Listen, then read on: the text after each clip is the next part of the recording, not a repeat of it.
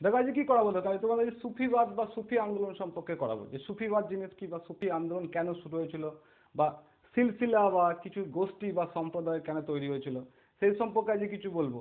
তাহলে সুফিবাদ যদি বলি, যে সুফিবাদ শুরু কোথায় থেকে হলো, এর যে আন্দোলনের যে সূচনা সেটা কোথায় থেকে হয়। তো আমরা বলতে পারি যে এশিয়ায় সেই সময় তখন কি হয়েছিল, ইসলাম ধর্মের দাপদাপা বলতে পারি, বা ইসলাম ধর্মের বিস্তার প্রচুর পরিমাণে ঘটছিল। এবং যে ধর্মের যখন প্রচুর পরিমাণে বিস্তার লাভ করে, তখন কি হয়, সেই ধর্মের মধ্যে কিছু কিছু গোঁড়ামি চলে আসে। এবং এই সুফিবাদ বা সুফিরা কি চাইছিল, যে ধর্মের গোঁড়ামিকে, ধর্ম যে গোঁড়ামিগুলো তৈরি হয়েছে সেগুলো সরিয়ে দিয়ে কি করতে, যে ঈশ্বরই একেশ্বরবাদ বা ঈশ্বরই হচ্ছে সর্ব সর্বকিছু, ঈশ্বরের সঙ্গে তাদের ডাইরেক্ট কিছু কিছু, যখন রাজারা বিস্তার করছিল তখন তারা ইসলাম ধর্মকে কি করছিল, নিজের স্বার্থে প্রয়োগ করছিল।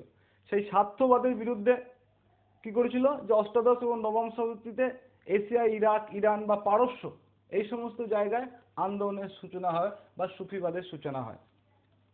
যেমন ভক্তি আন্দোলনের সূচনা হয়েছিল, সেরকম ভাবে কি হয়েছিল, সুফি আন্দোলনের সূচনা হয়েছিল। এই সুফি আন্দোলন বা সুফি কারা, আমরা কিছু কিছু ঐতিহাসিকদের মত থেকে আমরা কি জানতে পারি, যে সুফি বা সুফি বা সুফ, কিছু কিছু ঐতিহাসিক বলে সুফ, সুফ কথার অর্থ হচ্ছে পশমের পোশাক, পশমের পোশাক।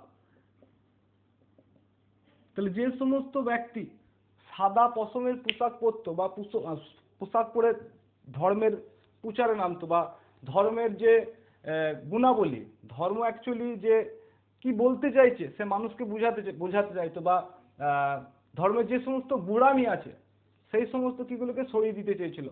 খালিফা বা ইসলাম ধর্মের যারা ধর্মগুরু ছিল বড় বড়, তারা কি করছিল, কিছু কিছু নিজের স্বার্থে গোঁড়ামি তৈরি করছিল ধর্মের মধ্যে, সেটাকে সাধারণ মানুষের মধ্যে কি করছিল, যে প্রচারে আনছিল যে ইসলাম ধর্মে এই জিনিসগুলো ঠিক নয়। এবং সুফ কথার অর্থ আমরা কি বুঝি, যে পশমের পোশাক। তাহলে যারা সাদা রঙের পশমের পোশাক পরতো তাদেরকে আমরা সুফ বলি। আবার অনেক ঐতিহাসিকদের মধ্যে মতবাদ, যে আরবি ভাষা বা আরব ভাষা সাফা, সাফা কথার অর্থ হচ্ছে পবিত্রতা, সেখান থেকে কি জন্ম নিয়েছে, সুফি শব্দের জন্ম নিয়েছে। তাহলে এই সুফিবাদ বা অষ্টাদশ এবং নবম শতাব্দীতে ইরাক, ইরানে যে ইসলাম ধর্মের যে গোঁড়ামির বিরুদ্ধে যে আন্দোলন গড়ে উঠেছিল, সেটা বুঝতে গেলে কিছু কিছু জিনিস, কিছু কিছু টার্ম আমাদের ভালো করে বুঝতে হবে। যে কি টার্ম, যেমন আমরা বলবো সিলসিলা, সিলসিলা সিলসিলা বলতে আমরা কি বুঝবো, যে সেই সময় যে সমস্ত সম্প্রদায় বা গোষ্ঠী গড়ে উঠেছিল, যেমন উদাহরণস্বরূপ বলতে পারি চিস্তি সম্প্রদায়, সুরবর্দী সম্প্রদায়, ফিরদৌসী সম্প্রদায়, এই সমস্ত যে সমস্ত বা নকশবন্দি সম্প্রদায়, সেগুলোকে আমরা কি বলবো, সম্প্রদায় বা গোষ্ঠী বা সিলসিলা। এদের যে গোষ্ঠীগুলোকে আমরা কি বলবো, সিলসিলা নামে পরিচিত, যে গোষ্ঠী সিলসিলা নামে পরিচিত। গোষ্ঠী।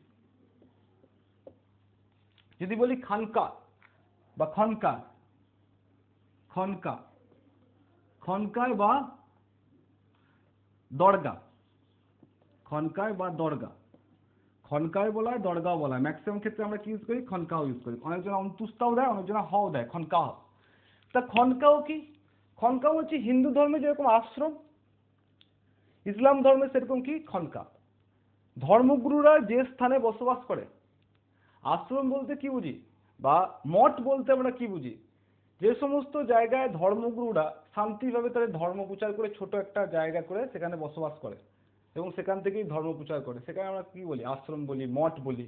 এবং সুফির সঙ্গে আমরা কি যুক্ত, বলবো খানকা। তো আমরা এক কথা বলতে পারি যে বসস্থানের জায়গা, যে যে জায়গায় সুফি সাধকরা, যারা গুরু ছিল, সুফি সাধকদের বসবাসের জায়গাকে আমরা কি বলবো, খনকা বলবো, বসবাসের জায়গা। সেকেন্ড যদি বলি, যে খনকা ছাড়া কি ছিল, সামা বা সমা। সামা কি বা সমা কি, সমা হচ্ছে হিন্দু ধর্মের সঙ্গে তুলনা করো, হিন্দু ধর্ম বা মুসলিম ধর্মে বা ইসলাম ধর্মে এটা কীর্তন হয়, কীর্তন হয় ভগবানের নামের উদ্দেশ্যে আমরা কি করি, কীর্তন গাই। সেই এক ধরনের কীর্তন, সুফিবাদের এক ধরনের কীর্তন, বা ইসলাম ধর্মের প্রচারের জন্য এক ধরনের, বা ইসলামের ধর্মমত বা গোঁড়ামির মানুষকে বোঝানোর জন্য ঈশ্বরই এক, একেশ্বরবাদে বিশ্বাস করানোর জন্য কি করেছিল, সামা বা কীর্তন প্রথা চালু ছিল। আমরা গোদা বাংলায় কি তাহলে ভাষায় কি বলতে পারি, যে কীর্তন বা সঙ্গীত, কীর্তন বা সঙ্গীত গোষ্ঠী সব থেকে বলা ভালো হবে, সঙ্গীত গোষ্ঠী, সঙ্গীত গোষ্ঠী এরা একত্রিত হতো এবং একসঙ্গে কি করতো, কীর্তন গাইতো ভগবানের বা ইসলামের বা এদের সঙ্গীত, সঙ্গীত গোষ্ঠী বলা হতো। ভালো করে বোঝার চেষ্টা করি, কীর্তন যা আমাদের হিন্দু ধর্মের কীর্তন যা, সেরকম ইসলাম ধর্মের বা মুসলিম ধর্মের সেরকম কি সামাতা। নেক্সট যদি বলি পীর, পীর বা খাজা। পীর বলতে আমরা কাকে বুঝি, সুফি ধর্মগুরুদের বুঝি। সুফিবাদ যারা প্রচার করছিল, এই সুফিবাদের ধর্মগুরুদের আমরা কি বলে নামে পরিচিত জানি, পীর নামে পরিচিত ধর্মগুরুরা। এই টার্মগুলো কি দরকার, এই টার্মগুলো মাঝে মাঝে পরীক্ষায় দেয়, যে খনকা কি, সমা কি। এই সমা থেকেই যেমন সঙ্গীত গোষ্ঠী, এখন বর্তমানে কাওয়ালি যে গান হয়, কাওয়ালি, সেই কাওয়ালির উদ্ভব কোথায় থেকে, সমা সঙ্গীত থেকেই কাওয়ালির উদ্ভত্তি, কাওয়ালির উদ্ভব ঘটেছিল। তা পীর বা খাজা। নেক্সট কি বলতে পারি আমরা, মুরাদ বা মিরাদও বলা হয়, মিরাদ, দরবেশ, ফকির, এই সমস্ত নামে আমরা কারা জানবো, যে যারা সুফিবাদের অনুগামী, সুফিবাদের যারা অনুগামী বা শিষ্য, তাদেরকে আমরা মুরাদ বা মিরাদ, দরবেশ, ফকির নামে পরিচিত, সুফি অনুগামীদের, সুফি অনুগামীদের। তাহলে এই টার্মগুলো আমাদের একটু জানতে হবে, যে কাকে কি বলে, সিলসিলা কি, খনকা কি, সমা কি, পীর কি, মুরাদ কি, তাই না। নেক্সট যদি আসি, যে আবুল ফজলের মত অনুযায়ী যে ভারতবর্ষে যখন সুফি আন্দোলন বা সুফিবাদের সূচনা হয়, তখন বিভিন্ন গোষ্ঠীর বা সিলসিলা তৈরি হয়েছিল, গোষ্ঠী সম্প্রদায় বা বিভিন্ন সিলসিলা তৈরি হয়েছিল। আবুল ফজলের মতে 14টি সিলসিলা তৈরি হয়েছিল ভারতবর্ষে, সিলসিলা বা গোষ্ঠী, আমি সিলসিলা মানে কি বলেছি, গোষ্ঠী, এখানে সিলসিলা বলবো, 14টি গোষ্ঠী তৈরি হয়েছিল। তার মধ্যে আমরা কিছু কিছু গোষ্ঠী আলোচনা করব, যেগুলো ইম্পর্টেন্ট গোষ্ঠী আমরা আলোচনা করব। কিন্তু তার আগে একটা জিনিস বলি, ধর্মের ভিত্তিতে বা ধর্মের মতামতের ভিত্তিতে এই গোষ্ঠীগুলোর মধ্যেও দুভাগে বিভক্ত ছিল। ধর্মের মতবাদের ভিত্তিতে এই গোষ্ঠীগুলো দুভাগে বিভক্ত ছিল। একটাকে বলা হয় বা সাহারা, আর একটাকে বলা হয় বেসাহারা। এই বা সাহারা আর বেসাহারা কি, আমরা একটা জিনিস যদি বলি যে শরীয়ত কি, শরীয়ত সম্পর্কে আমরা সবাই জানি যে শরীয়ত হচ্ছে ইসলাম ধর্মের আইন কানুনকে আমরা কি বলি, শরীয়ত বলি। ইসলাম ধর্মের আইন কানুনকে শরীয়ত বলি। তাহলে বা সাহারা কারা আর বেসাহারা কারা? তাহলে বা সাহারা হচ্ছে যারা ইসলাম ধর্মের বা শরীয়ত মেনে চলত, যারা ইসলাম আইন কানুন বা শরীয়ত মেনে চলে, ইসলাম আইন কানুন যারা মেনে চলে, ইসলাম আইন কানুন যারা মেনে চলত, আইন কানুন মেনে চলত। আর বেসাহারা কারা? যারা ইসলাম আইন কানুনের কে মানত না এবং তার মধ্যে কি কিছু যে গোঁড়ামি আছে, সেই গোঁড়ামির কি করতো, বিরোধিতা করতো। তাহলে সোজা ভাষায় বলতে পারি যে ইসলাম আইন কানুনেরা সঠিকভাবে মানত না, বা মানলেও তার মধ্যে কি চাইতো, কিছু পরিবর্তন চাইতো, যে সমস্ত গোঁড়ামি ঢুকে আছে সেই গোঁড়ামিগুলোকে চেঞ্জ করতে চাইতো। তাহলে কি হচ্ছে, ইসলাম ধর্মের আইন কানুন মানত না, আইন কানুন পুরোপুরিভাবে মানত না, পুরোপুরিভাবে। এরা কি চেয়েছিল, কিছু পরিবর্তন, কিছু যে গোঁড়ামি আছে ইসলাম ধর্মে তার পরিবর্তন চেয়েছিল কারা, বেসাহারা, ধর্ম মতবাদের ভিত্তিতে। তাহলে বেসাহারা আর বা সাহারা আর বেসাহারা, তাই না। বেসাহারা বলতে যার সাহারা নেই, বেসাহারা বলতে যার, আমরা বেসাহারা বলতে কি বুঝি, যার সাহারা নেই বা যার কেউ সঙ্গ নেই। তাহলে বেশরিয়ত বলতে পারি, মনে রাখার জন্য বেশরিয়ত, যে শরীয়ত ধর্ম যারা ঠিকঠাক মানছে না, তার কি চাইছে, কিছু পরিবর্তন চাইছে, গোড়ামির কিছু পরিবর্তন চাইছে, তারা বেসাহারা। আর বাহ সাহারা, আমরা বাহ কখন বলি, যখন তার জিনিসগুলো নিয়ম কানুনগুলোকে মেনে চলবো তখনই বা সাহারা বলবো। তাহলে বা সাহারা কি, শরিয়ত আইন কানুন মেনে চলছে। এবং কি বলেছি, 14টা সিলসিলা বা গোষ্ঠী তৈরি হয়েছিল, তার মধ্যে কিছু কিছু আমরা আলোচনা করবো। তার মধ্যে সব থেকে যেটা ইম্পর্টেন্ট জিনিস আমাদের পরীক্ষায় ম্যাক্সিমাম টাইম ধরে, তা হচ্ছে চিস্তি সম্প্রদায়। আমরা কি কি বলতে পারি, যে চিস্তি সম্প্রদায়, চিস্তি সম্প্রদায়, চিস্তি সম্প্রদায়, চিস্তি সম্প্রদায়ের পর আমরা কি বলতে পারি, সুরাবর্দী, সুরাবর্দী সম্প্রদায়, সুরাবর্দীর পর ফিরদৌসি, ফিরদৌসি সম্প্রদায়, কাদুরি বা কাদিরি, কাদিরি সম্প্রদায়, নকশবন্দি সম্প্রদায় বা নকশবন্দি সিলসিলা, নকশবন্দি, বিভিন্ন সিলসিলায় বিভক্ত ছিল 14টা। তার মধ্যে আমাদের মেন ইম্পর্টেন্ট, মোস্ট ইম্পর্টেন্ট কি, চিস্তি সম্প্রদায়।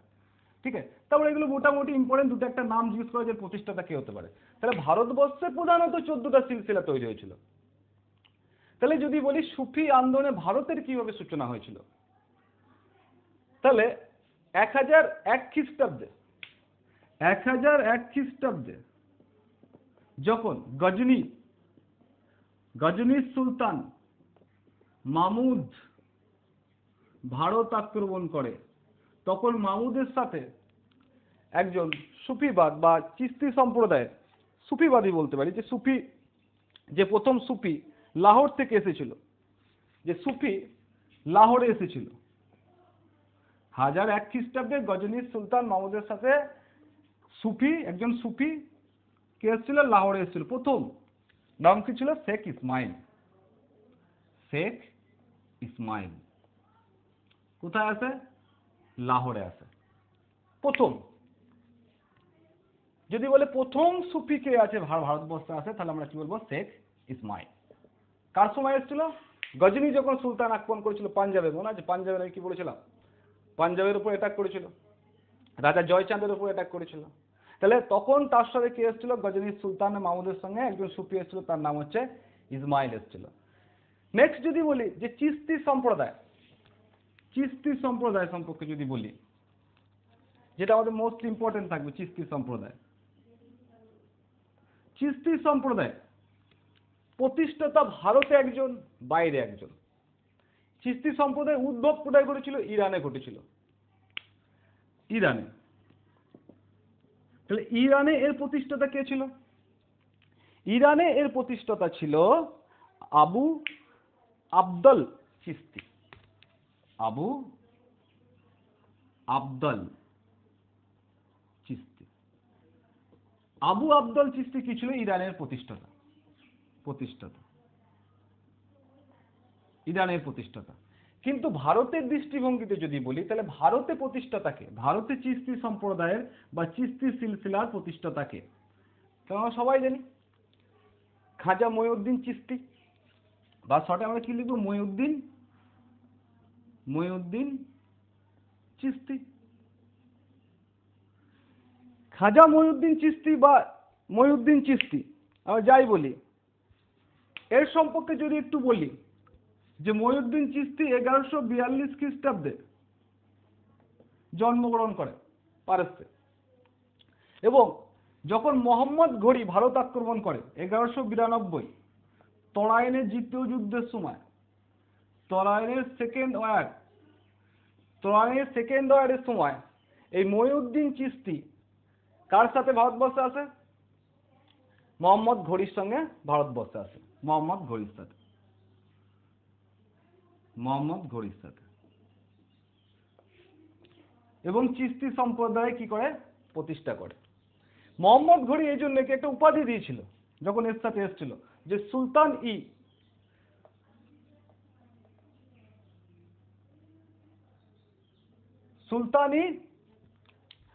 সুলতান উল হিন্দ উপাধি কি দিয়েছিল, সুলতান উল হিন্দ, সুলতান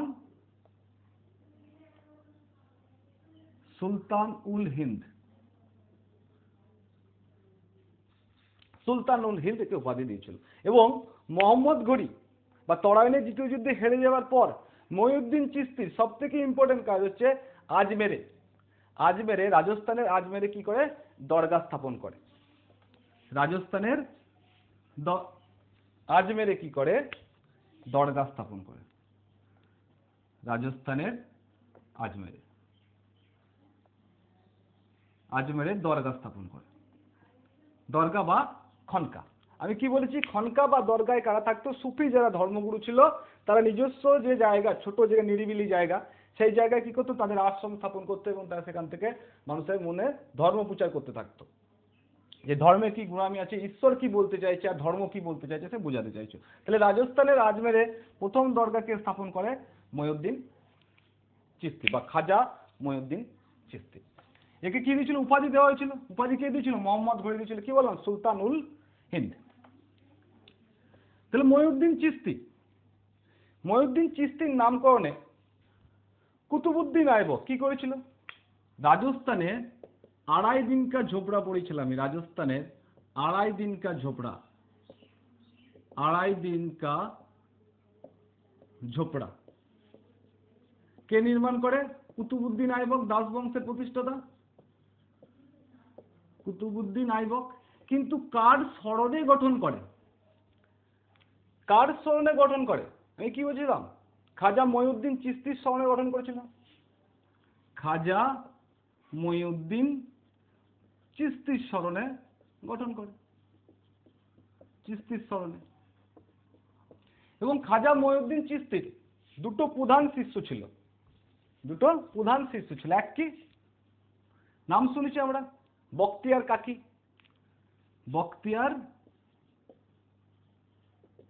বখতিয়ার কাকি। আর সেকেন্ড কি ছিল? মঈনুদ্দিন নাগরি।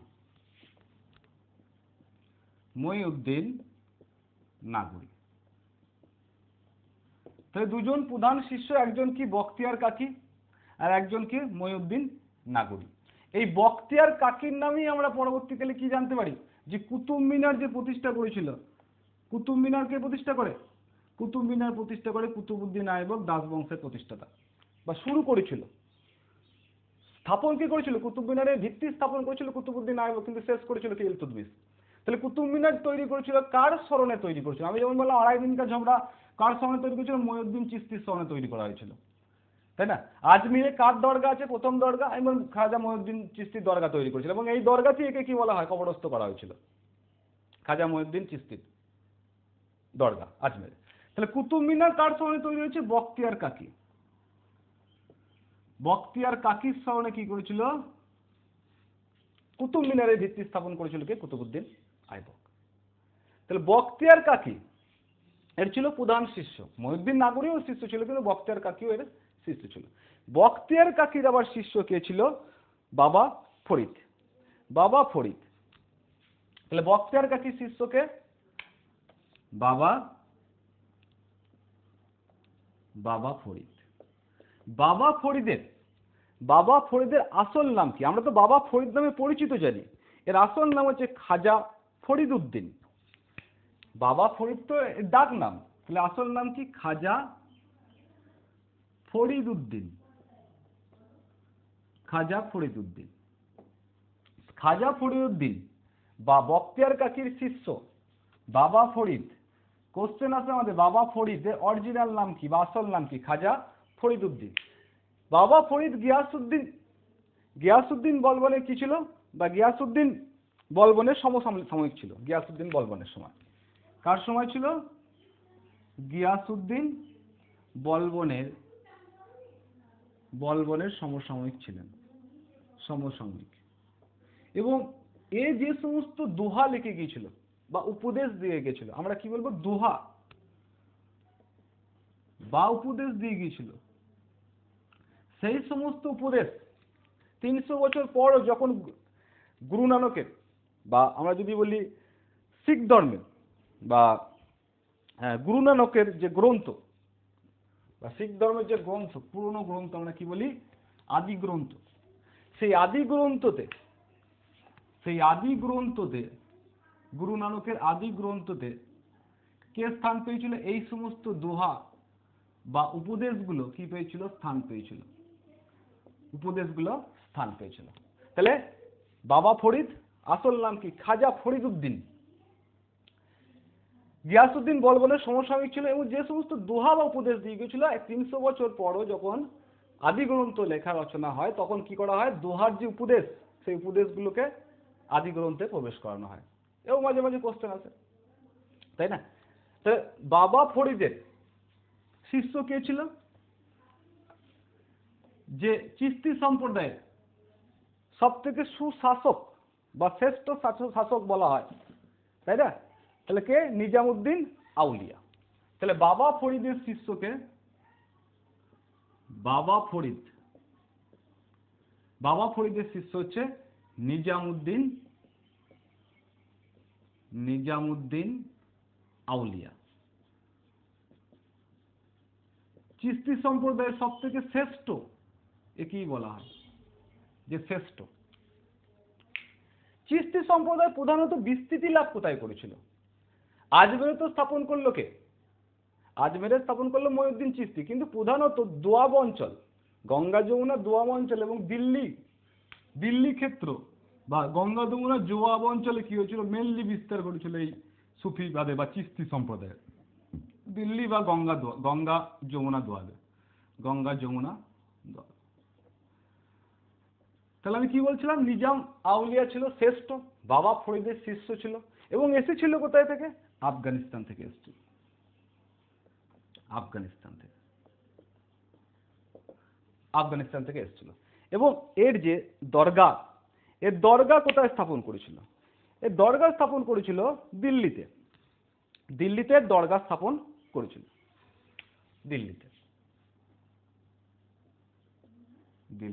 দিল্লিতে দরগা স্থাপন করে। অ্যাকচুয়ালি চিশতি সম্প্রদায় যারা ছিল, চিশতি সম্প্রদায়টা কোনো সময়তেই রাজার সঙ্গে বা রাজনীতির সঙ্গে যুক্ত ছিল না। বিশেষ করে নিজামুদ্দিন আউলিয়া তো কোনো মতেই রাজনীতির সঙ্গে যুক্ত ছিল না বা রাজার সঙ্গে যুক্ত ছিল না। এরা কি করতো, ফকির জীবনযাপন করতে সব থেকে ভালোবাসতো। কি বলতো, যে যদি রাজনীতির মধ্যে ঢুকে যায়, যদি সুখ ভোগ করে ফেলি, তাহলে ঈশ্বরের দেখা পারবো না, ঈশ্বরকে আর ডাকতে পারবো না, মনের ভেতরে সেই শান্তি থাকবে না। তাহলে কি হয়েছিল, এদের মধ্যে রাজার সঙ্গে যোগাযোগ বা সেই সময় যারা সুলতান ছিল, সুলতানদের সঙ্গে সেরকম যোগাযোগ ছিল না, সুলতানদের সঙ্গে। নেক্সট যদি বলি, যে যখন আমরা একটা পড়েছিলাম যে গিয়াসউদ্দিন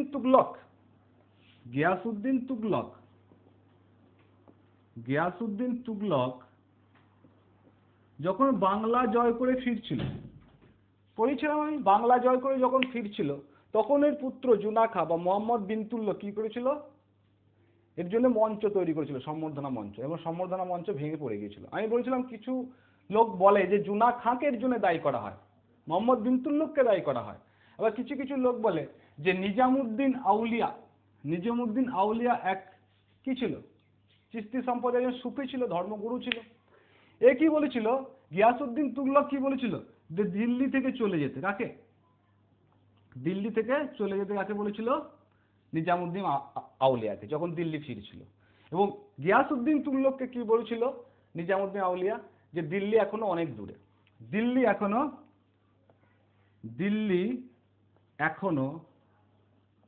অনেক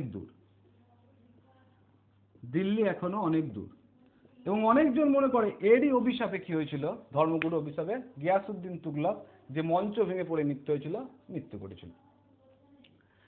নেক্সট যদি বলি, এর শিষ্য বা এর অনুগামী কি, বড় বড় দুজন বিখ্যাত ব্যক্তির নাম বলতে পারি শিষ্য বা অনুগত লাভ করেছিল, তাকে আমির খসরু ও বারৌনি, জিয়াউদ্দিন বারৌনি এর কি শিষ্যত্ব গ্রহণ করেছিল, জিয়াউদ্দিন বারৌনি আর আমির খসরু। সাতটা শাসক বলা হয় এর আমলে, 7টি শাসকের আমলে কি ছিল, চিশতি সম্প্রদায় এর ধর্ম প্রচারের সঙ্গে যুক্ত ছিল। 7টা শাসক যখন চলছিল দিল্লির সুলতানি যুগে। এরপর কে আছে দিল্লির সুলতানি যুগে, মানে চিশতি সম্প্রদায়ের, শেখ সেলিম চিশতি, নাম শুনেছি আমরা শেখ সেলিম চিশতি। সেলিম চিশতি ছিল আকবরের সমসাময়িক, সেলিম চিশতি ছিল আকবরের সমসাময়িক, একে বলা হয় আকবরের সমসাময়িক। আকবরের সমসাময়িক। ফতেপুর সিক্রি, ফতেপুর সিক্রিতে কি করেছিল? এর দরগা নির্মাণ করেছিল। ফতেপুর সিক্রিতে এর কি করে? দরগা বা খনকা নির্মাণ করেছিল। বলাই নাকি যখন আকবরের কোনো সন্তান হচ্ছিল না, তখন কি করছিল? আকবর এর দরবারে গিয়েছিল এবং এর আশীর্বাদে কি করেছিল? সন্তান লাভ করেছিল, সেলিম চিশতির আশীর্বাদে। এই জন্যেই আকবর তার পুত্র জাহাঙ্গীরের নাম কি লিখেছিল? জাহাঙ্গীরের নাম কি লিখেছিল? সেলিম। ওখানে জাহাঙ্গীরের আরেক নাম কি বলা হয়? সেলিম। এর পরবর্তীকালে কে আছে?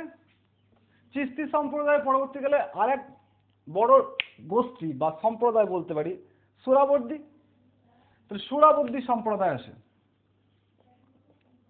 সোহরাওয়ার্দী সম্প্রদায়, এই সোহরাওয়ার্দী সম্প্রদায় প্রতিষ্ঠাতা কে ছিল? সোহরাওয়ার্দী সম্প্রদায়ের প্রতিষ্ঠা ছিল শেখ বাহাউদ্দিন জাকারিয়া। শেখ বাহাউদ্দিন জাকারিয়া। শেখ বাহাউদ্দিন জাকারিয়া ছিল সোহরাওয়ার্দী গোষ্ঠী বা সোহরাওয়ার্দী সিলসিলার প্রতিষ্ঠাতা। কার সময় ভারতে এসেছিল? এ ভারতে এসেছিল ইলতুৎমিশের সময়। ইলতুৎমিশের সময় ভারতবর্ষে আসে এবং মুলতানে অবস্থান করে। মুলতানে অবস্থান করে। এদের ক্ষেত্র আমি কি বলেছিলাম? চিশতি সম্প্রদায়ের প্রধানত ক্ষেত্র ছিল দিল্লি এবং তার আশেপাশের জায়গা বা গঙ্গা দোয়াব অঞ্চল, আর এদের জায়গা ছিল সিন্ধু বা মুলতান, পাঞ্জাবে সিন্ধ অঞ্চল বা পাঞ্জাবের মুলতান। এই জায়গায় বেশি পরিমাণে প্রচার হয়েছিল কি? সোহরাওয়ার্দী সম্প্রদায়। তাহলে সোহরাওয়ার্দী সম্প্রদায় এটুকুনি মনে রাখলে যত যে প্রতিষ্ঠাতাকে শেখ বাহাউদ্দিন জাকারিয়া এবং ইলতুৎমিশ সময়ে ভারতবর্ষে আসে এবং ভারতবর্ষে আসার পর কি করে? যে পাঞ্জাবের সিন্ধ মুলতানের এর বিস্তার শুরু করে, পাঞ্জাবের সিন্ধ মুলতানের উপর। এবং এরা, আমি আগে কি বলেছিলাম যে চিশতি সম্প্রদায় যেরকম রাজার পৃষ্ঠপোষক ছিল না, যে রাজনীতির মধ্যে প্রবেশ করতে চাইতো না, সুখ বা বিলাস ভোগ করতে চাইতো না, কিন্তু সোহরাওয়ার্দী গোষ্ঠীরা কি করতো? রাজার পৃষ্ঠপোষক ছিল, রাজাদের পৃষ্ঠপোষক ছিল বা রাজাদের অনুগত ছিল, পৃষ্ঠপোষক ছিল। নেক্সট যদি বলি যে সোহরাওয়ার্দী গোষ্ঠী বা সোহরাওয়ার্দী সিলসিলার পর কে আসে? আমাদের ফিরদৌসি। ফিরদৌসি আমি বলেছিলাম, ফিরদৌসি আরেকটা হচ্ছে গোষ্ঠী বা সিলসিলা। তাহলে ফিরদৌসি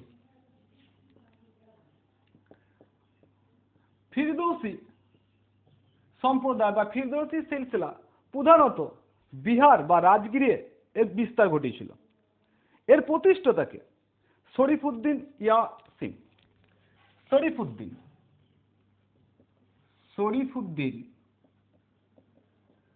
ইয়াসিন।